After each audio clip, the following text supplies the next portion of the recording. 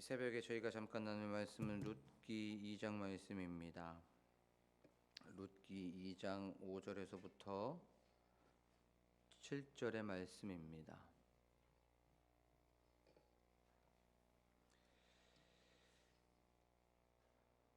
구약성경 403쪽에 있습니다. 제가 봉독하도록 하겠습니다.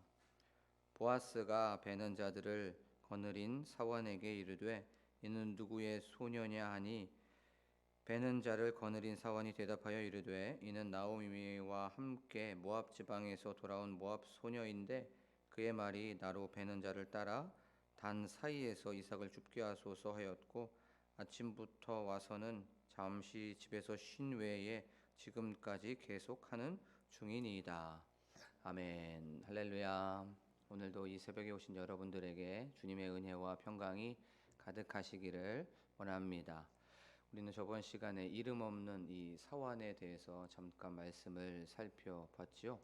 이 이름 없는 사환은 밭을 관리하고 또 베는 자들을 관리하고 또 이삭 줍는 자들을 관리하는 관리자 또 유지자 보관자 바로 청지기였다는 것을 우리는 알게 되었습니다. 그는 맡은 바 임무에 맡은 바 그 소임을 다하는 청지기였죠. 그리고 또 나오미의 그 며느리 자부인 룻을 이제 보아스에게 소개하는 소개자 바로 커플 매니저였다는 것에 대해서 우리가 말씀을 살펴봤지요. 자, 오늘은 맡은 바 임무에 대해서 충성하는 우리가 되자라고 하는 그런 제목을 가지고 우리가 말씀을 좀 살펴보도록 하겠습니다. 오늘 말씀은 바로 추수의 현장 가운데에서 일어났던 어떤 이야기지요.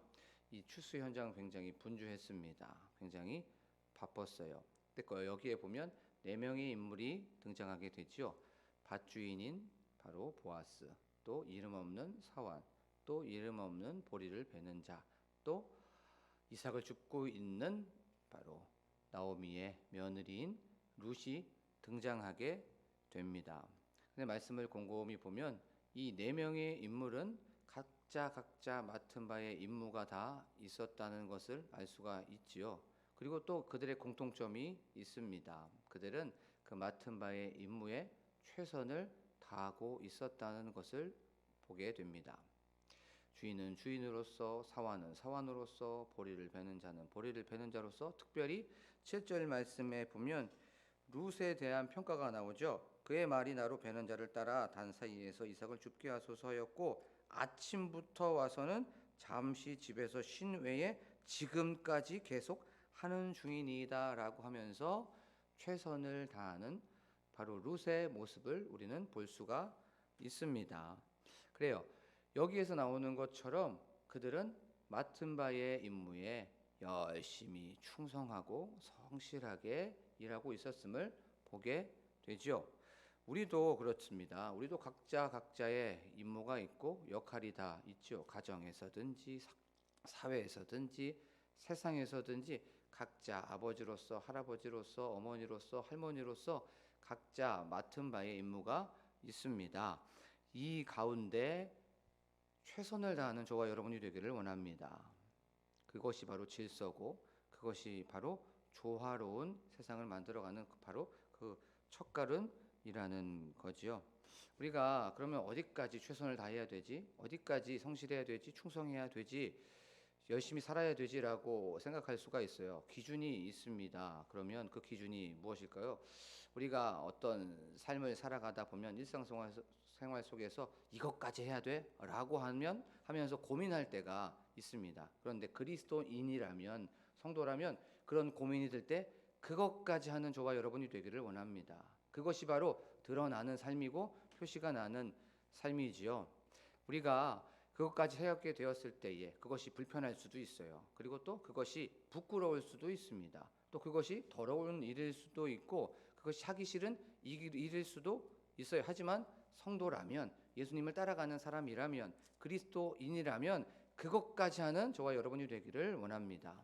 그리고 또 우리가 세상에서 살지만 교회 생활을 또 하게 되죠. 그러면 교회에서도 맡은 바의 역할이 있고 임무가 있습니다. 그렇죠? 장로님으로 또 권사님으로 안수 집사님으로 성도님으로 각자 맡은 바의 임무가 있습니다. 그것이 어떤 임무가 있습니까? 어떤 의무가 있을까요? 바로 예배의 생활, 어떤 기도의 생활, 말씀의 생활, 봉사의 생활, 헌금의 생활, 어떤 섬김의 생활이 있다는 거예요. 이런 상황 속에서 각자 맡은 바의 임무에 대해서 최선을 다하고 또 열심히 살아가는 저와 여러분이 되기를 원합니다. 그럼 우리가 이렇게 질문할 수가 있어요. 우리가 권사님들 중에서 아니면 연세가 좀 있으신 우리 성도님께서는 내가 무엇인가 봉사를 하고 싶은데 그것에 내가 체력이 안 돼라고 하면서 그렇게 질문할 수가 있습니다. 그러면 어떻게 해야 됩니까? 있는 것으로 봉사하시고 있는 것대로 하나님께 충성하는 저와 여러분이 되기를 원합니다. 그러면 있는 것이라는 것을 한번 생각해 봤으면 좋겠어요. 우리가 출애굽기 3장에 보면 이제 여호와께서 모세를 부르시지요. 너는 애굽으로 가라, 또 바로에게 가라라고 하면서 사명을 주십니다. 그때 모세가 이렇게 대답하죠. 내가 누구이기에 바로에게 가고 애굽에게 합니까? 라고 얘기를 하게 됩니다. 그러면서 제가 애굽으로 가게 되면 너를 보내신 자의 이름이 무엇이냐? 라고 그 사람들은 물어볼 것입니다. 라고 얘기를 하게 되죠. 그럴 때 여호와 하나님께서는 친히 말씀하여 주셨죠. 그리고 또 제가 애굽으로 가게 되면 그들이 제 말을 믿지 않고 듣지 않고 너는 그분이 너에게 나타나지 않았을 거야 라고 하면서 저의 말을 믿지 않을 수 있습니다 라고 얘기를 하게 되죠. 그랬을 때 여호와 하나님께서 뭐라고 말씀하십니까? 네 손에 있는 것이 무엇이냐 라고 물어보십니다. 그렇게 말씀하시지요.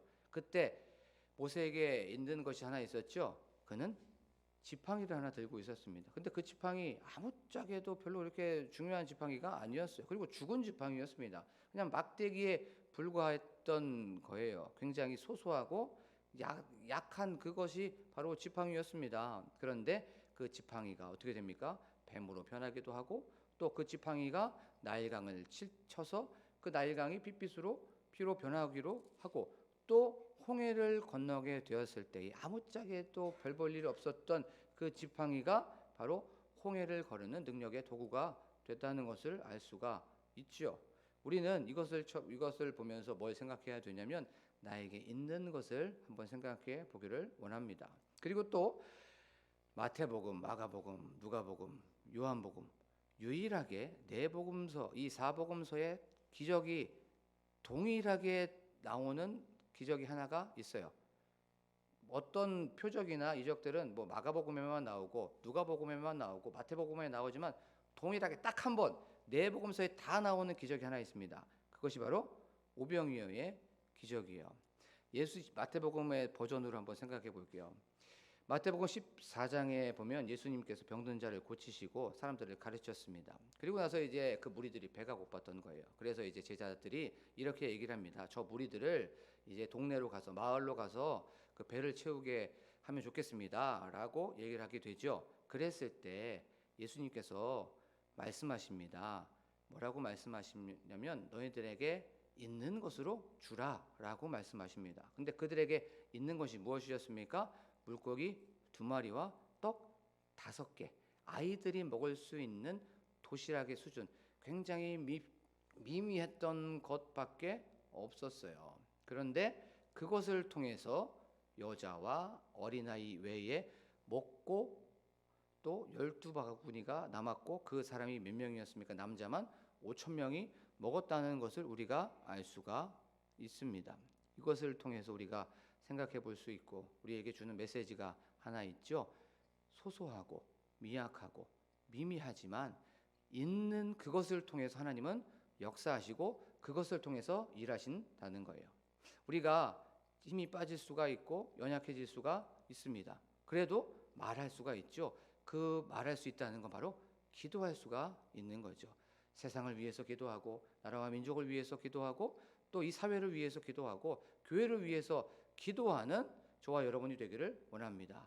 그 기도가 세상을 살리고 그 기도가 가정을 살리고 그 기도가 바로 이 사회를 살리는 줄로 믿습니다. 있는 것으로 맡은 바 임무에 충성을 다하고 열심히 다하는 바로 저와 여러분이 되기를 축복합니다.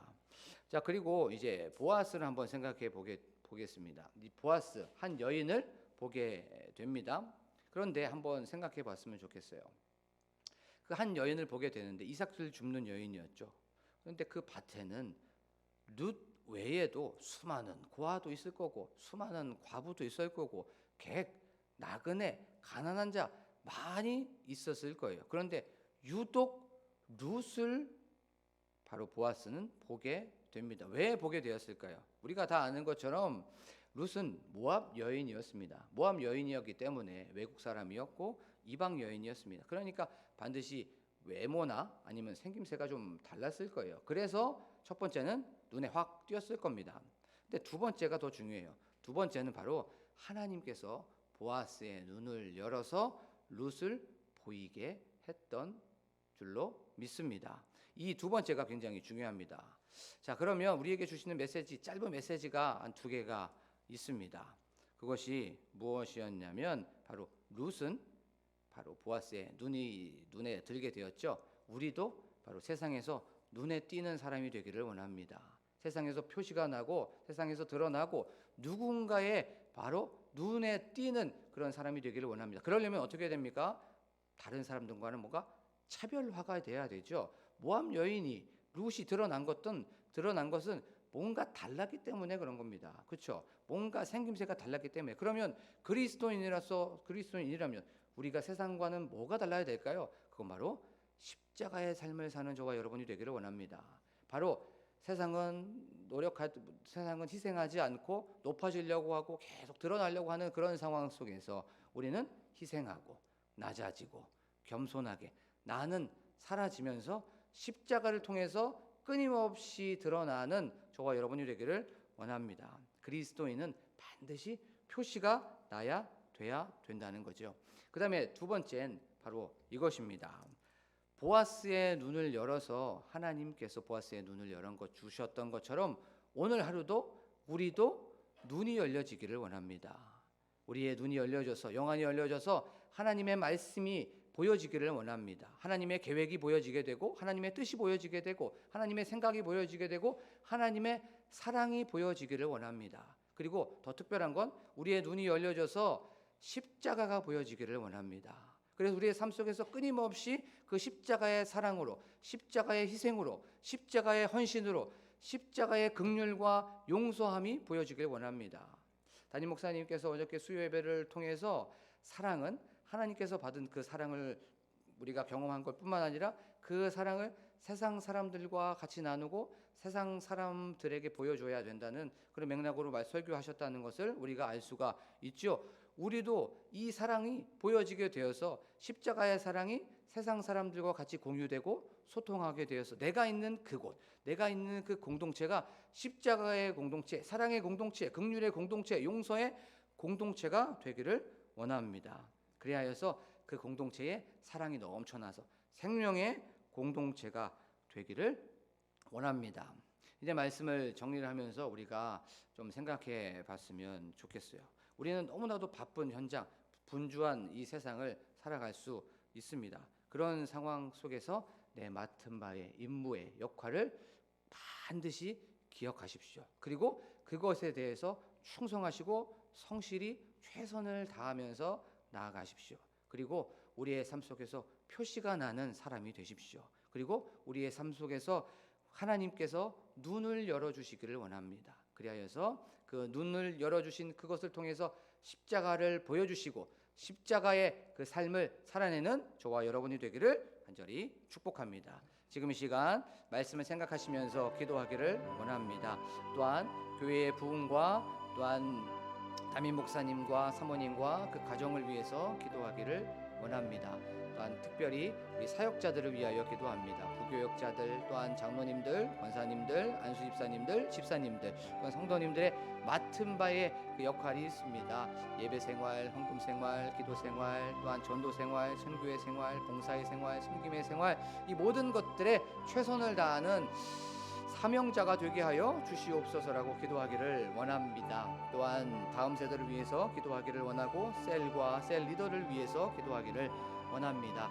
또한 나라와 민족을 위해서 정치적인 안정과 또한 경제적으로 성장하는 우리 대한민국 되게 하여 주시옵소서. 대통령과 위정자들을 위하여 기도하기를 원합니다. 또한 특별히 교회에 환우들이 있다면 하나님 지금 이 시간 여호와 라파의 하나님께서 신방하여 주시고 안수하여 주시고 의사가 되어 주셔서 고쳐 주시고 회복시켜 주시옵소서라고 기도하기를 원합니다.